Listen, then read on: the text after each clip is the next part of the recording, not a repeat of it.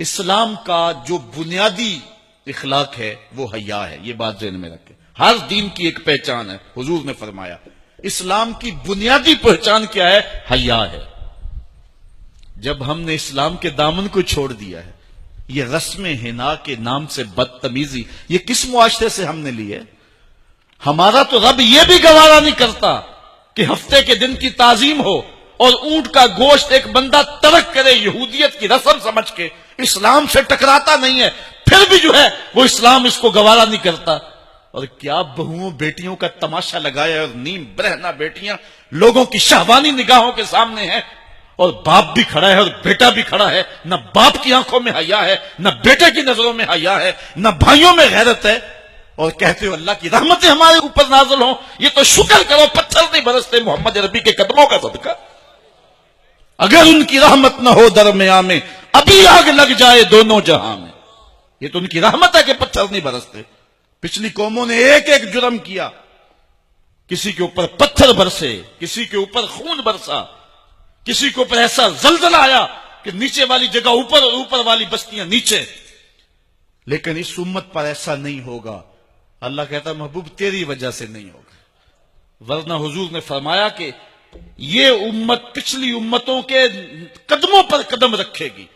یہاں تک حضور نے فرمایا کہ اگر کسی شخص نے اپنی ماں کے ساتھ بھی زیادتی کی ہے تو یہ وہ بھی کریں گے، اور دیکھ رہے ہیں کیا کچھ نہیں ہوا ہے۔ قبروں سے مردے اکھاڑ کر کے ان کی بے حرمتی نہیں کی جا رہی؟ کبھی ایسا بھی ہوا تھا؟ کیا کچھ نہیں ہو رہا؟ تم کہتے ہو کہ ہمارے اوپر اللہ کی رحمتیں نہیں اترتی، میں کہتا ہوں شکر کرو پتھر نازل نہیں ہوتے، اور یہ صدقہ ہے محبوب کی کالی کملی کا۔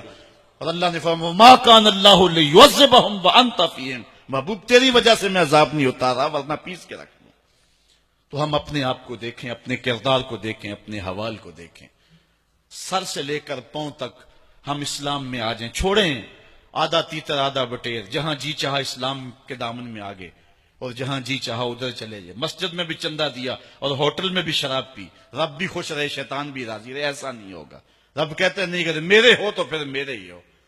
کوئی بھی غیرت مند محبوب نہیں جو ہے تسلیم کرتا کہ میرا محب کسی اور کی طرف نظر اٹھا کے بھی دیکھے، تو رب سب سے بڑا غیرت مند ہے، وہ نہیں چاہتا میرا ہو اور کسی اور کی طرف دیکھے۔ تم کون ہے؟ مغربی تہذیب لگتی کیا ہے تمہاری؟ اپنی ملت کا قیاس اقوام مغرب سے نہ کر، خاص ہے ترکیب میں تجھے قوم رسول ہاشمی۔ تم غیروں کی نکالیاں کرتے پھرتے ہو، تمہارے سامنے سیدہ عائشہ کی سیرت موجود نہیں ہے؟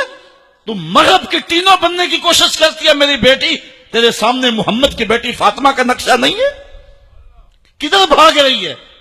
یہ بال کھول کے بازار میں کون جا رہا ہے؟ یہ نیند برہنہ کون جا رہا ہے؟ دیکھ محمد عربی تجھے کیا آواز دے رہے ہیں، ان کا لہجہ کیا، اس کو سن اور زندگی کو اس کی مطابقت میں گزار۔ اصل ہمارے دل زنگ آلود ہو گئے، اس دنیا کے اس ماحول نے ہمیں اس طرح کر دیا ہے کہ آج ہمیں سمجھ نہیں آ رہی کہ ہم کدھر جائیں۔ علماء فرماتے ہیں جب دل زنگ آلود ہو جائیں تو پاک لوگوں کی صحبت اختیار کرو، اور کثرت ذکر، حضور نے ارشاد فرمایا لکل شین سقالہ وسقالۃ القلوب ذکر اللہ، ہر شے کا زنگ اتارنے والی کوئی چیز ہے، دلوں کا زنگ لگ جائے تو اللہ کا ذکر کیا کرو، دلوں کا زنگ اتر جاتا۔ اور ایک اور حدیث میں حضور نے دلوں کا اور من کا میل اتارنے کے دو نسخے بیان کیے، ایک کثرت کے ساتھ موت کو یاد کرنا، کثرت کے ساتھ موت کا تذکرہ، اور دوسرا کثرت کے ساتھ جو ہے وہ تلاوت کلام مجید۔ اصل 10-15 سالوں سے ہمارے ساتھ جو کچھ ہوا ہے، آج اگر کوئی تذکرہ موت کرے، کوئی آخرت کی یاد دلائے، کوئی عمل کی بات کرے، وہ کہتے ہیں یہ تو ویسے ہی خوش، کیسے کیا پتہ، قبر کا مذاق اڑا رہا ہے۔ اللہ اکبر، قبر دا خوف دے دے کے لوکی مینوں ڈرا دے۔ میں کہتا ہوں لوگ ہیں کون ڈرانے والے؟ منکر نکیر کا پتہ آمنہ کے لال نے دیا ہے۔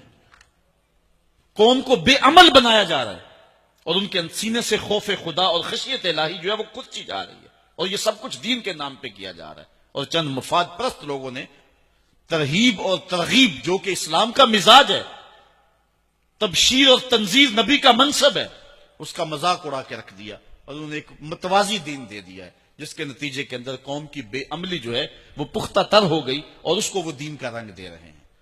اللہ کے محبوب علیہ الصلوۃ والسلام نے فرمایا کہ دلوں کو زنگ لگ جائے تو ذکر سے اترتا ہے، دلوں کو زنگ لگ جائے تو قرآن سے اترتا ہے، دلوں کو زنگ لگ جائے تو موت کی کثرت کے ساتھ یاد کرنے سے اترتا ہے۔ قرآن مجید کی تلاوت معمول زندگی بنا لو۔